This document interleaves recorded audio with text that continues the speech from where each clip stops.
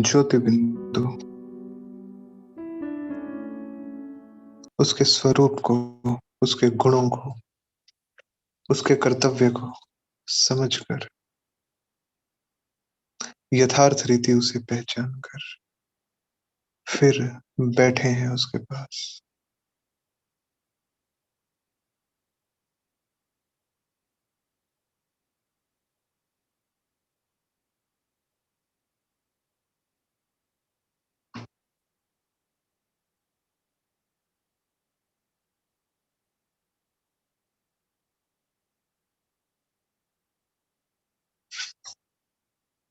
उसकी सारी शक्तियां, उसका सारा ज्ञान, उसका सब कुछ हमारा।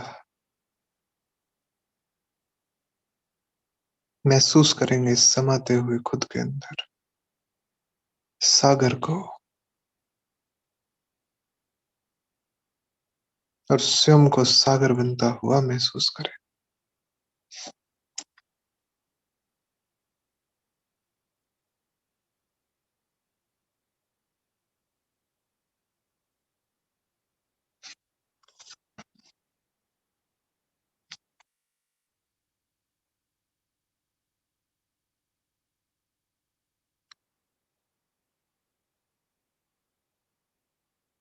और इसी सागर की महसूसता में 18 मार्च 2023 के महावाक्य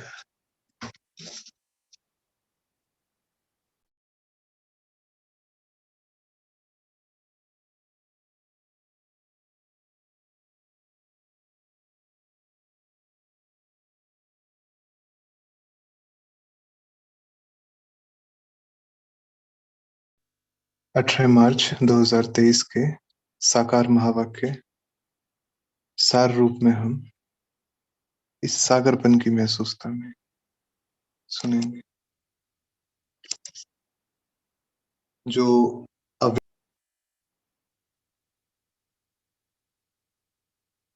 ओम शांति। तो सबसे पहले हम ब्राह्मण बच्चों को, या ब्राह्मण बच्चों से भी ऊपर जाके उन महान आत्माओं को, भाग्यवान आत्माओं को, जिनको निराकार से रूबरू होने का भाग्य कल्प कल्प का मिला हुआ है, सबसे पहले हम बच्चों को, हम आत्माओं को अपने बाप का यथार्थ परिचय होना चाहिए कि वो कौन है, कैसा है, कहाँ है, कब आता है, क्या करने के लिए आता है, करता कैसे है, करने के बाद क्या होता है। तो यथार्थ परिचय सबसे पहले हम आत्मा को परमात्मा का होना चाहिए। मोस्ट बिलवेड, सबसे प्यारा, जो हमारा है। तो उसका परिचय जब हम दे पाएंगे एक्यूरेट शब्दों में किसी को भी, तब हमें परिचय होगा यथार्थ। हमने विचार सागर मंथन किया होगा उस पे, वो कैसा है, क्यों वो ही भगवान है और कोई भगवान नहीं है, क्यों वो ही युग परिवर्तन करता है, ये कर्तव्य उसी का है, क्यों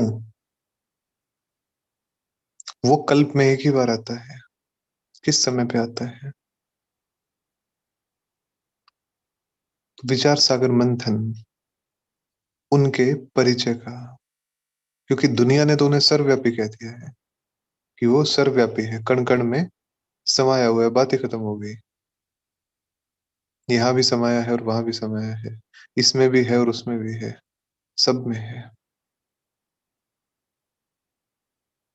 तो इस सर्वव्यापी के ज्ञान के कारण हुआ क्या, और ही गिरता आया मनुष्य, भल भक्ति करता है, भल कर्म कांड करता है, लेकिन हुआ क्या, वृत्तियां दूषित होती गई, संस्कार पतित होते गए, बुद्धि मलिन होती गई, मन भटकता गया।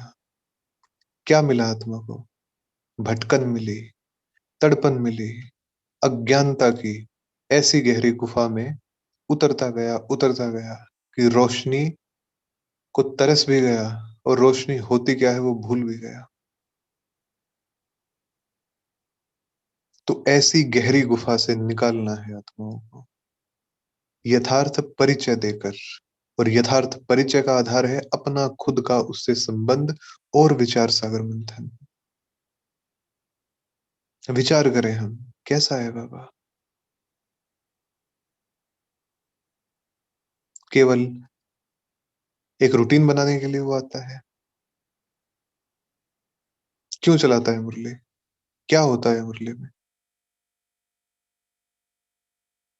और आके उसने मुरली ही क्यों चलाई? अर्थात ज्ञान ही क्यों दिया? वो तो एक, जैसे दुनिया कहती है कि वो सागर को सुखा दे और धरती को हिला दे, क्यों नहीं किया उसने ऐसा? वो तो कर सकता है ना, सर्वशक्तिमान है, क्यों नहीं किया ऐसा? आके क्यों चुना ब्रह्मा को, और ब्रह्मा के मुख से क्यों रचा हम सभी को?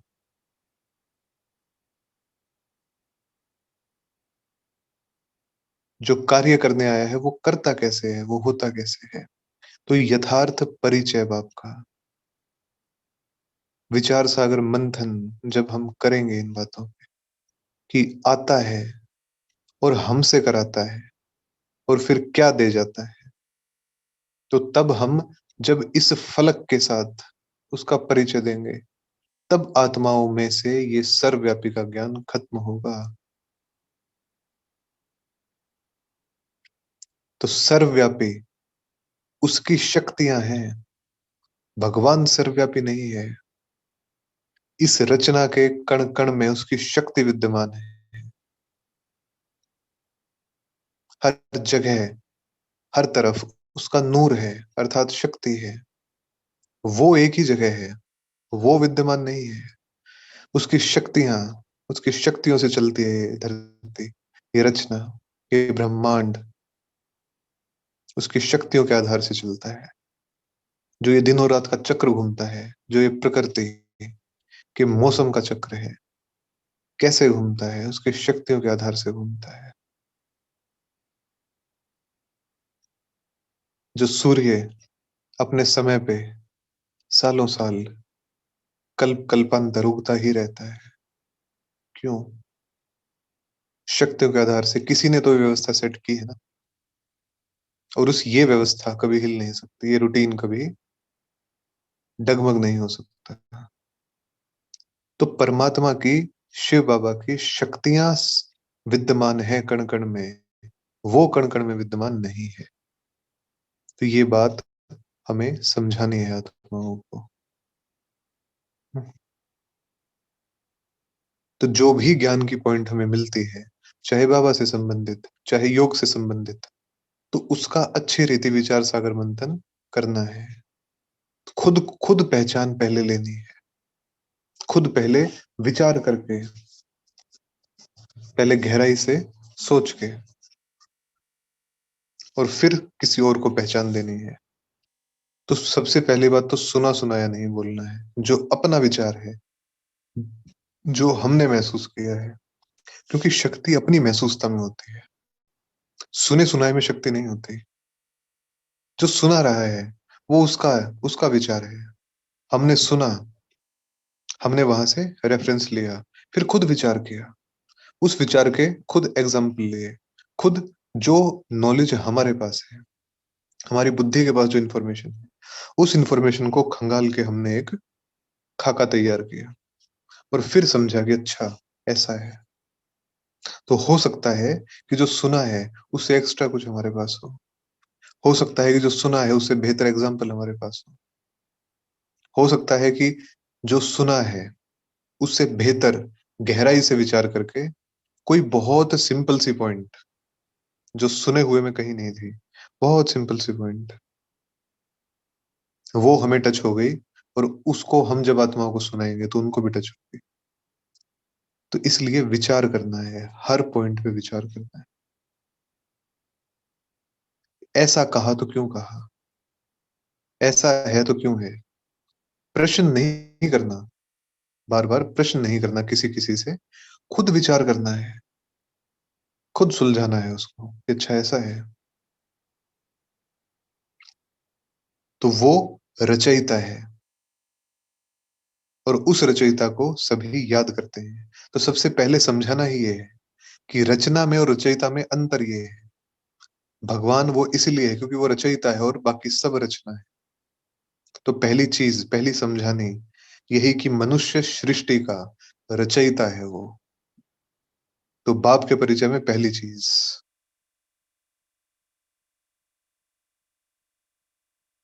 मनुष्य सृष्टि का रचयिता। तो जब कोई प्रश्न पूछता है कि पशु पक्षियों को फिर कौन रचता है, तो बाबा ने समझाया कि पहले उन्हें प्यार से समझाना है कि पहले मनुष्य को कौन रचता है उसको तो समझ लीजिए। पशु पक्षियों की तो बात की बात है, पहले मनुष्यों को किसने रचा है उसको समझ लीजिए। तो जब वो मनुष्य सृष्टि का रचयिता है, तो नई दुनिया रचेगा ना, ये पतित दुनिया तो नहीं रचेगा, नई दुनिया रचेगा।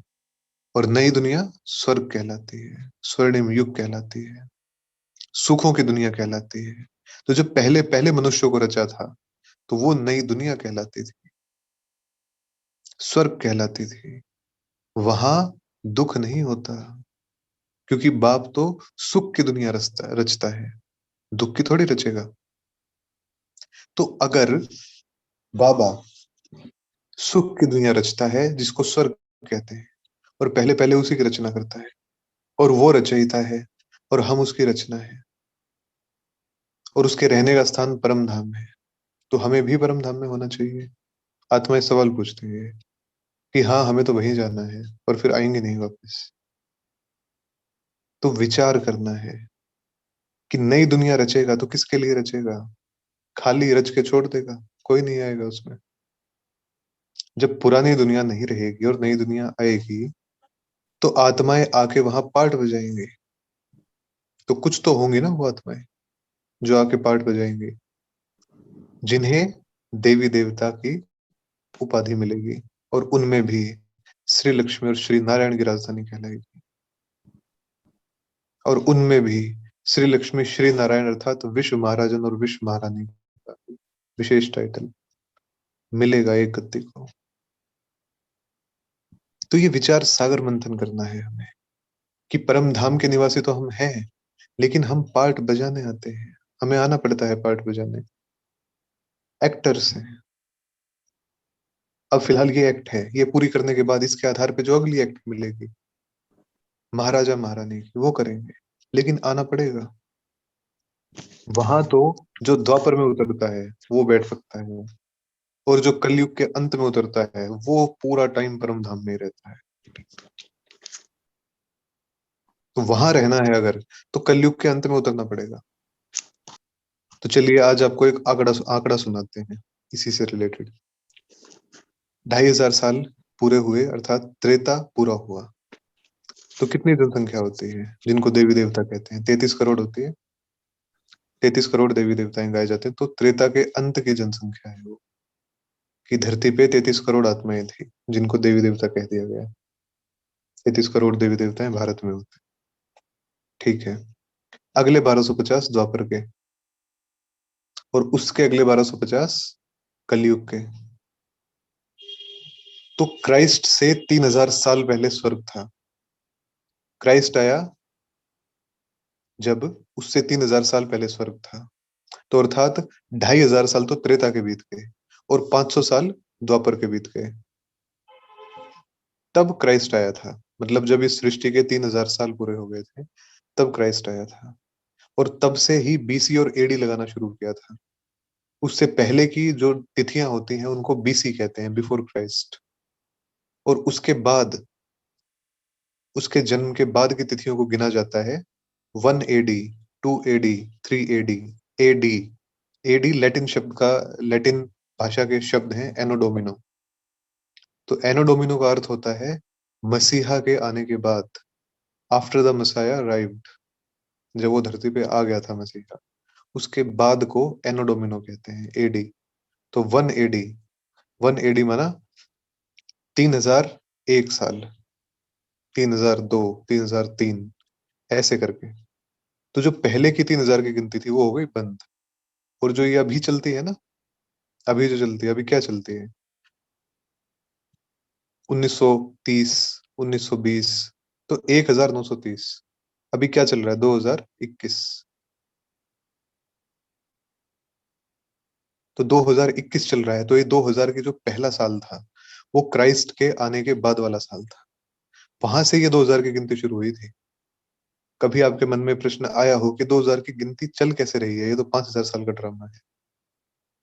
तो ये कहाँ से चली, तो क्राइस्ट के आने के बाद से गिनती एक से कर देते हैं वो, 1 एडी, 2 एडी, 3 एडी।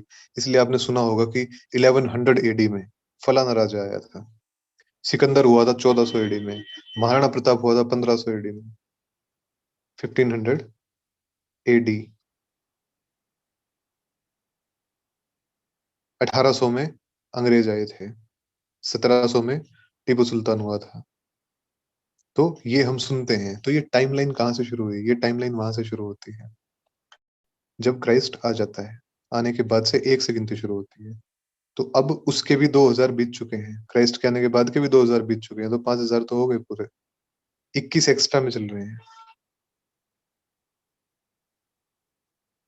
सॉरी, 2023 है, हमने 21 बोला, 2023 है। तो 23 एक्स्ट्रा में चल रहे हैं, वो तो हो गए पूरे, पांच तो। तो जब आज से, आज 2023 है ना, तो 1930 अर्थात लगभग 100 साल पहले कितनी जनसंख्या होगी धरती की, 1930, ज्यादा पीछे नहीं जाते, 100 साल पीछे जाते हैं।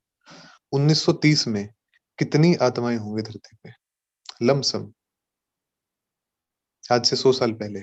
और अगर पूरे 5000 में से देखें तो 3000 तो क्राइस्ट के पहले वाले, और 1930, 1930 हो गया ना, 1930 साल क्राइस्ट के आने के बाद वाले। तो 3000 प्लस 1930 कितने हो गए, 4930। 5000 में से 4930 साल बीत गए, केवल 70 साल बचे। और भगवान के अवतरण का भी वही समय है, 1936, 1937। उस समय तक जब भगवान उतरने वाला है धरती पे परिवर्तन करने के लिए, और जिन देवी देवताओं ने बहुत शांति से, बहुत गहराई से महसूस करते जाएंगे इसको, जिन देवी देवताओं के द्वारा नई दुनिया की स्थापना के बाद जिन्होंने पाठ बजाना शुरू किया था, उनका 84वां जन्म आ चुका है, या 83rd तो आ ही चुका है सभी का, उनमें से वो भी अपने अंतिम पड़ाव में है। उस 1930 में 4930 साल बीतने के बाद कितनी जनसंख्या होगी धरती की, कभी विचार किया आपने? तो 1930 में धरती की जनसंख्या 230 करोड़ थी, 230 करोड़, जिसमें कि भारत की जनसंख्या केवल 30 करोड़ थी, बाकी 200 करोड़ पूरी दुनिया में थे। और इन 230 करोड़ में से 33 करोड़ तो 2500 साल तक ही आ गए थे, 33 करोड़ देवी देवताएं थे ना। तो जब कलयुग के भी 70 साल ही बचे हैं, पूरा द्वापर बीत गया, पूरा कलयुग बीत गया, तब 70 साल ही बचे हैं, तब तक केवल 230 करोड़ आत्माएं ऊपर से उतरी हैं, अर्थात त्रेता के बाद वाली हटा दें तो लगभग 200 करोड़ आत्माएं ही आई हैं इस पिछले 2000 साल में, 200 करोड़ आत्माएं। तो 1930 में धरती पे है जनसंख्या 230 करोड़, और फिर अब है 2023, तो हम ये छोड़ देते हैं, हम 1985 का लेते हैं। 1985 में कितनी आत्माएं होंगी फिर, तो 1985 में लगभग, वर्तमान में अगर देखें 2023 में देखें, तो अभी लगभग 800 करोड़ आत्माएं हैं। तो पिछले 100 साल में कितनी आत्माएं आ गई? 230, तो 570 करोड़ आत्माएं आ गई पिछले 100 साल में। 570 करोड़ आत्माएं। और पूरे 4930 में आई 230 करोड़ आत्माएं, और पिछले 100 में आ गई 570 करोड़ आत्माएं। तो आप सोच के देखिए, हर 10 साल का एवरेज अगर निकालें तो कितनी आत्माएं उतरी होंगी? लगभग 6 से 7 करोड़ आत्माएं उतरी हैं। और पता है सबसे ज्यादा कौन से दशक में उतरी हैं? 1980 से लेके 1990, और 1990 से लेके सन 2000। इन 20 सालों में सबसे ज्यादा आत्माएं उतरी हैं। 13-13 करोड़ आत्माएं उतरी हैं। मतलब जनसंख्या के हिसाब से हम बता रहे हैं, लमसम अमाउंट है। किसी भी दशक में 13 करोड़ आत्माएं नहीं बढ़ी, इन दोनों में बढ़ी है। 1980 से लेके और 2000 तक 26 करोड़ आत्माएं आई हैं धरती पे, और वैसे आई हैं 570 करोड़।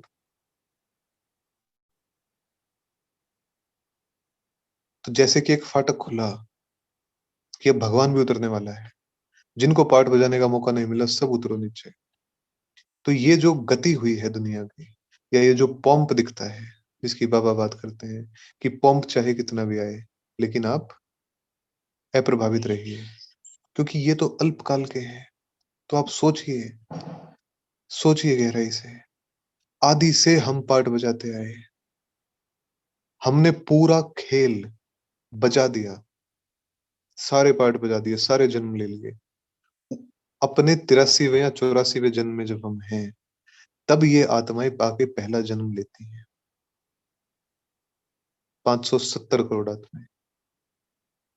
तो हुए पूर्वज या नहीं हुए? सोचिए खुद। पूर्वज हुए या नहीं हुए? तो बाबा ऐसे ही नहीं कहता कि आप पूर्वज हो। हम चक्र में जाएं तो सही, हम उतरे तो सही उसकी गहराई में, अंकों में जाएं तो सही हम। तो फिर सोमान लेना नहीं पड़ेगा कि हम पूर्वज हैं। आंकड़े बताएंगे आप ही हो, आप ही सचमुच आप ही हो, आप ही हो। तो जो ये दुनिया दिख रही है, इसमें से 570 करोड़ आत्माएं, या लगभग उतनी ही आत्माएं, या मेजोरिटी आत्माएं कह लें, तो उन मेजोरिटी आत्माओं से हमारा तो कोई संबंध संपर्क ही नहीं है। वो आए, वो जाएं, हमारा तो पूरा चक्र बीत चुका।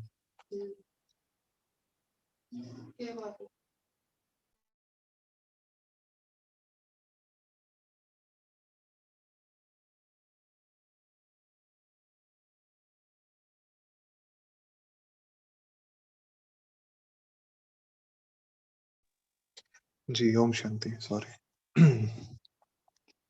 तो इन आत्माओं से हमारा कभी मिलना जुलना ही नहीं होता। थोड़ा सा मुरली से हट गए, लेकिन चक्र की गहराई में उतरेंगे। कि इस प्रकार से हमें पहचानना है, हमें जानना है कि क्या है, बाबा कहता क्या है, और क्यों कहता है वो कि हम पूर्वज हैं। हम हैं ना पूर्वज। जब वो कहता है कि ये तो कब्र दाखिल है, तो है ना कब्र दाखिल। है क्या इस दुनिया में? जब वो कहता है कि संबंधों में रस नहीं है, और आत्माएं कहती है कि संबंधों में बहुत रस है, कहाँ है रस? जब उतरे ही अब हैं, 100 साल के अंदर ही उतरे हैं, कौन सा रस, कैसी गहराई? कोई गहराई नहीं है। ना संबंधों में हो सकती, ना आत्माओं में हो सकती। तो कोई अचंभे की बात नहीं है। हम कोई न्यूज देखते हैं तो अचंभा करते हैं, ऐसा कैसे हो सकता है? क्यों नहीं होगा? क्या बड़ी बात है?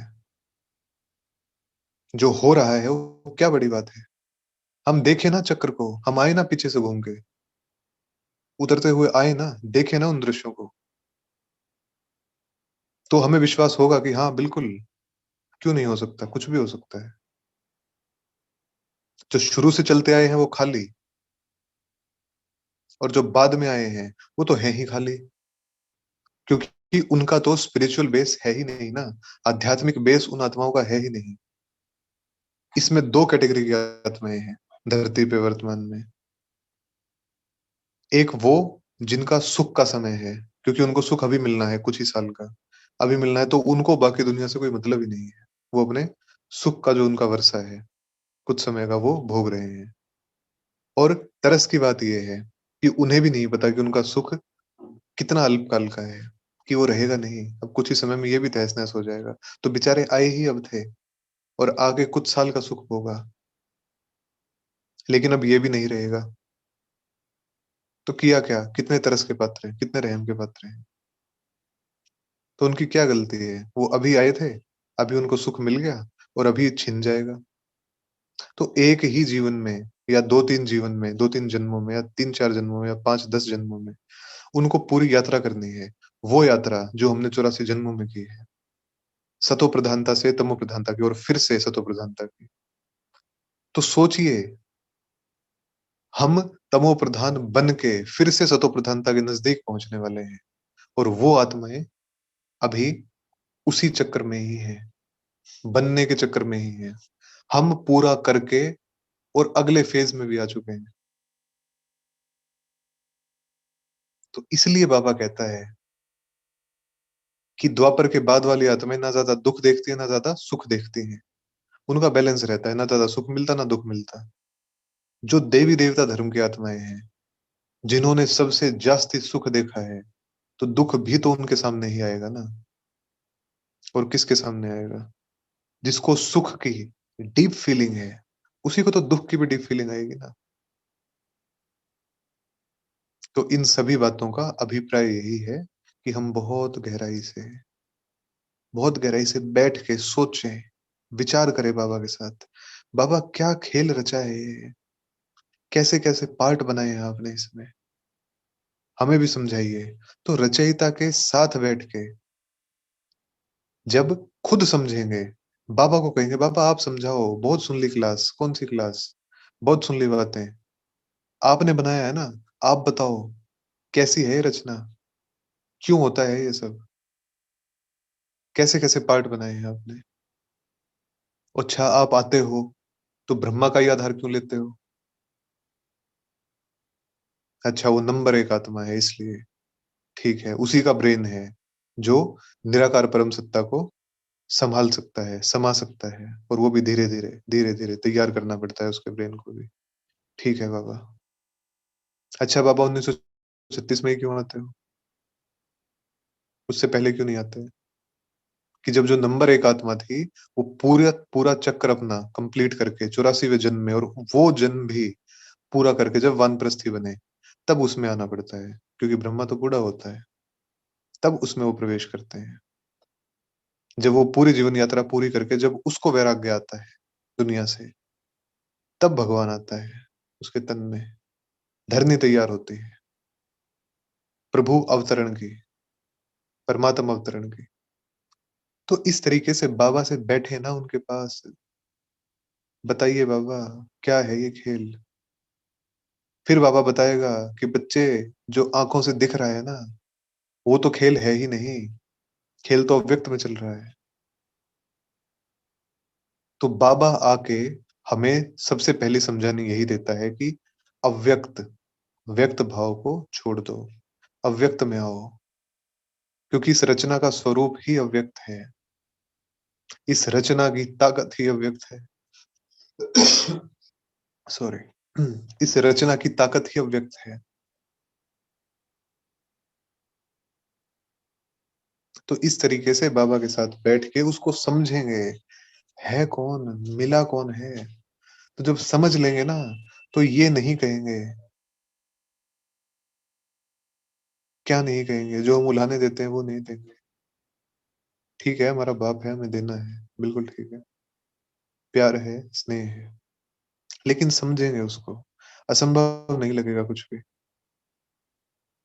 तो रचना और रचयिता के स्वरूप को समझना है कि दोनों कैसे हैं, रचना कैसी है और इसको रचने वाला कैसा है।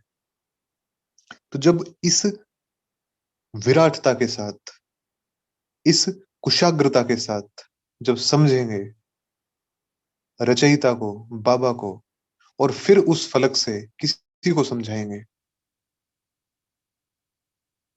तब यथार्थ परिचय बाप का जाएगा और कोई बाप का बनेगा। भाग्य है उनका, लेकिन हम अपनी बुद्धि से बिल्कुल बाबा के साथ बैठ के और निचोड़ निकालें उसका, वो कैसा है और ये कैसा है। फिर योग में भी कभी दिक्कत नहीं आएगी, फिर परिस्थितियों में झुकेंगे भी नहीं, फिर ताकत भी कभी कम महसूस नहीं होगी। ठीक है, परिस्थितियां आती हैं, बहुत कुछ होता है, लेकिन साथ की महसूसता नहीं जाएगी कभी भी, क्योंकि यथार्थ रीति पहचाना है, जाना है उसको। तो जब जान लिया तो फिर चाहे कुछ भी आ जाओ, फिर तो सामना किया जाएगा, निवारण किया जाएगा, हेला बिल्कुल नहीं जाएगा, पीछे बिल्कुल नहीं हटा जाएगा, क्योंकि पहचान लिया। और जितना उसको पहचानेंगे उतना ही खुद को भी पहचानेंगे, हम कौन है। जिसको वो नजदीक बिठा के सब कुछ बता रहा है, कौन है हम, तो फिर खुद को भी पहचानेंगे। तो तो स्वदर्शन चक्र जो हमारा होमवर्क था कल का और परसों का, उसमें हम उतरे। पावन बनाने वाला बाबा है, ये हमने जान लिया, लेकिन पतित कौन बनाता है ये भी समझाना है साथ में। पतित बनाता है रावण। अब रावण क्या बला है? रावण 5 विकार हैं, 10 सिर दिखाते हैं, 5 मेल के 5 फीमेल के, बिल्कुल ठीक है, लेकिन ये बला क्या है, इसको भी बहुत समझना जरूरी है। हम रावण को हवा में उछाल देते हैं, हवा में नहीं उछालना। बाबा कहता है तुम्हारा सबसे बड़ा दुश्मन है रावण। तो रावण दुश्मन है तो अपने दुश्मन को कभी हवा में नहीं उछालना, कभी उसको हल्का नहीं समझना। हाँ, उसको भी, उसके स्वरूप को भी जान के उसका इलाज जरूर करना है, हल्का नहीं समझना, लेकिन प्रबंध जरूर रखना है अपना। तो प्रबंध ऐसे ही रखा जाएगा। बाप है पावन बनाने वाला, तो पतित बनाने वाला भी तो कोई होगा। बाप पावन दुनिया स्थापन करता है, और फिर जब वो ज्ञान लोप होता है या वो संस्कार मर्ज होते हैं तो ये दुनिया पतित बनती है। लेकिन उस पतितपने को बढ़ाने के और व्यापक करने के और तमो प्रधानता में ले जाने के निमित्त तो कोई ना कोई बनता है ना, जिसको रावण कहते हैं, जिसको माया रावण कहा जाता है। तो अगर गहराई से सोचेंगे इस विषय में, तो माया है बेटी और रावण है बाप। माया और रावण भी दोनों अलग अलग है। जैसे रावण था ना, लेकिन शूर्पणखा भी थी, और भी उसके आसपास उसके एजेंट घूमते थे। तो माया तो है, माया का स्वरूप अलग है, लेकिन माया मोटे स्वरूप में भी आती है जो दिख जाती है, लेकिन रावण, रावण बहुत महीन है, रावण दिखता नहीं है। माया काम कर जाती है आंखों के सामने, लेकिन रावण वो अवचेतन में कार्य करता है, सबकॉन्शियस में कार्य करता है, ऐसे ऐसे तरीकों से कार्य करता है, मनुष्यों को, आत्माओं को पता ही नहीं कि ये रावण का कार्य चल रहा है, और इसमें कहीं ना कहीं उनकी उंगली लग चुकी है, भले ही संकल्प की लगे हो। तो जैसे हम सभी इसको भी समझेंगे, क्योंकि इसमें बाबा ने 2 बार कहा है इस मुरली में कि पतित बनाने वाला कौन है उसका भी परिचय देना है, उसका भी समझाना है कि ये है पतित बनाने वाला। पावन बनाने वाला तो बाप है, लेकिन पतित बनाने वाला कौन है? तो जो अविनाशी ज्ञान रत्न हमने चुगे थे, जिससे हम विश्व के मालिक बने थे, उस गद्दी से जब उतरे, तो उतर के किसके बेर चुगे? रावण के बेर चुगे। तो उसका भी परिचय देना है, वो कौन है। तो जैसे जब भगवान आता है तो हम सभी ब्राह्मणों को ज्ञान देकर स्थापना के निमित्त बनाता है, करता वो सब कुछ है, लेकिन साथ लेता है। तो ऐसे ही रावण राज्य में जब रावण का राज्य चलता है, तो रावण भी तो किसी ना किसी को निमित्त बनाएगा ना। निमित्त तो हर चीज का कोई ना कोई है। स्थापना के निमित्त हम हैं, तो विनाश के निमित्त भी तो कोई बनेगा। और अगर बनेगा तो उस मुहाने तक लाने के लिए एक योजना भी तो होगी, जैसे हमारी योजना है। जैसे हम अपना समय स्व संकल्प स्वाहा करते हैं स्थापना के लिए, ऐसे ही कोई विनाश के लिए भी तो कर रहा होगा। कोई तो होगा ना, कोई तो आत्माएं होंगी ना। और ऐसी आत्माएं हैं जिनको संगठित रूप से रावण कहा जा सकता है। जैसे हम सभी के स्वरूप से बाबा की प्रत्यक्षता होगी, ऐसे ही उन सभी के स्वरूप से विराट रूप को रावण कह सकते हैं, कि वो जब सब मिल जाते हैं तो रावण कहलाते हैं। तो इस बारे में कभी फिर चर्चा करेंगे, लेकिन ये बुद्धि में हम स्पष्ट कर लें कि स्थापना के निमित्त कोई है तो विनाश के निमित्त भी कोई ना कोई होगा ही। और विनाश चलते फिरते नहीं हो जाता, अर्थात परिवर्तन परिवर्तन चलते फिरते नहीं होता, उस मुहाने तक लाना पड़ता है और योजनाबद्ध तरीके से लाया जाता है। अपने आप कोई चीज नहीं होती इस ड्रामा में, की जाती है, सोच समझ के की जाती है। और जब सोच समझ के की जाती है तब बनता है ड्रामा। इसीलिए 5000 साल की ये फिल्म है। तो फिल्म में सारे कैरेक्टर होते हैं, तो उस गहराई से समझेंगे इसको। तो जब बुद्धि में ये रहेगा, पूरा चक्र बुद्धि में रहेगा, बाबा का परिचय बुद्धि में रहेगा, तब हम बाप का परिचय दे सकते हैं किसी को। तो शिव बाबा को रुद्र और पतित पावन कहा जाता है, कि इतना बड़ा यज्ञ, रुद्र यज्ञ कौन रचेगा? भगवान ही तो रच सकता है। और कौन रच सकता है? तो जब बाप का यथार्थ परिचय देंगे, तब सर्वव्यापी का ज्ञान लोप होगा, और तब बाप की तरफ बुद्धि जाएगी। क्योंकि आज की दुनिया की तो सच्चाई ये है कि एलियंस एग्जिस्ट करते हैं, ये सब मानते हैं। 90% लोग मानते हैं, लेकिन 10% लोग ही मानते हैं कि भगवान भी है। तो जब बच्चे अपने बाप को ही भूल गए, तो फिर वो जाएंगे कहाँ? कहाँ जाएंगे वो? तो पहले बाप को पहचानना पड़ेगा। जब तक पहचान नहीं मिलती, तब तक वापसी का तो कोई मतलब ही नहीं है। कंडीशन है, पहचानना पड़ेगा, स्वीकार करना पड़ेगा मेरा बाबा है। और होगा, कोई 1 सेकंड के लिए स्वीकारेगा, कोई 1 दिन के लिए, कोई 1 साल के लिए। सभी, हर आत्मा का अपना अपना है। तो बाबा ने कहा, तुम ब्राह्मण कितने थोड़े से हो। ब्राह्मणों से ज्यादा देवताएं, और उनसे ज्यादा क्षत्रिय है, और क्षत्रियों से ज्यादा वैश्य है, और सबसे ज्यादा शूद्र। तो बाबा ने ही, जो हमने चक्र फिराया और आंकड़ों के हिसाब से फिराया, वही बाबा ने कह दिया कि तुम तो थोड़े से हो, हम तो थोड़े से हैं। सबसे ज्यादा तो शूद्र हैं, जो अभी उतरते हैं शूद्र के राज्य में। ये उनका राज्य है, तो आएंगे ना अपने राज्य में। तो बाबा ने कहा कि बाप की याद जब ऐसे फिरा के और फिर बैठेंगे बाप के साथ, तो बताइए कैसे आएगी बुद्धि नीचे? क्यों आएगी? कैसे नहीं होगी एकाग्रता? तो बाबा ने कहा कि बाप की याद तो चलते फिरते दिल में रहनी चाहिए, अर्थात मन ही मन चलते रहना चाहिए। तो हमारा एम ऑब्जेक्ट मनुष्य से देवता बनना। तो जब बाप का परिचय देंगे, समझ के देंगे, तो याद भी स्वतः रहेगी, और सामने वाली आत्माएं समझेंगी भी कि हाँ, एक्यूरेट है बात। तो इस प्रकार से समझ के, बाबा के साथ बैठ के, गहराई में उतर के अपना बनाना है ज्ञान को, और बना के समझ के फिर परिचय देना है। तो जिसको भी देंगे उसको समझ में आएगा। तो मीठे मीठे सिखिलते बच्चों प्रति मात पिता बाप दादा का याद प्यार। स्वदर्शन चक्रधारी नूरे रत्नों प्रति याद प्यार और गुड मॉर्निंग।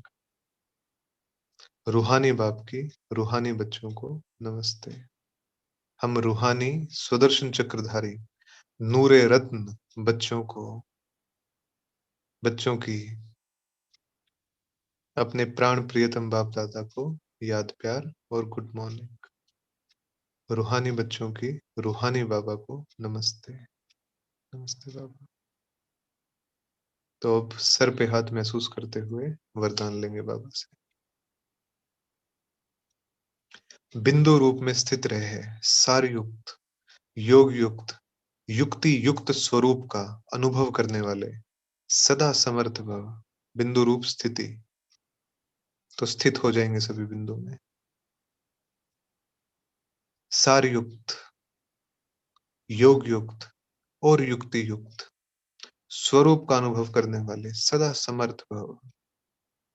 क्वेश्चन मार्क के टेढ़े रास्ते पर जाने के बजाय हर बात में बिंदी लगाओ। बिंदु रूप में स्थित हो जाओ तो सारयुक्त, योग युक्त और युक्ति युक्त अनुभव करेंगे। स्मृति, बोल और कर्म सब समर्थ हो जाएंगे। बिना बिंदु बने विस्तार में गए तो क्यों, क्या के व्यर्थ बोल और कर्म में समय और शक्तियां व्यर्थ गवा देंगे, क्योंकि जंगल से निकलना पड़ेगा। इसलिए बिंदु रूप में स्थित रहे, सर्व कर्म इंद्रियों को ऑर्डर प्रमाण चलाओ, विस्तार में नहीं जाओ।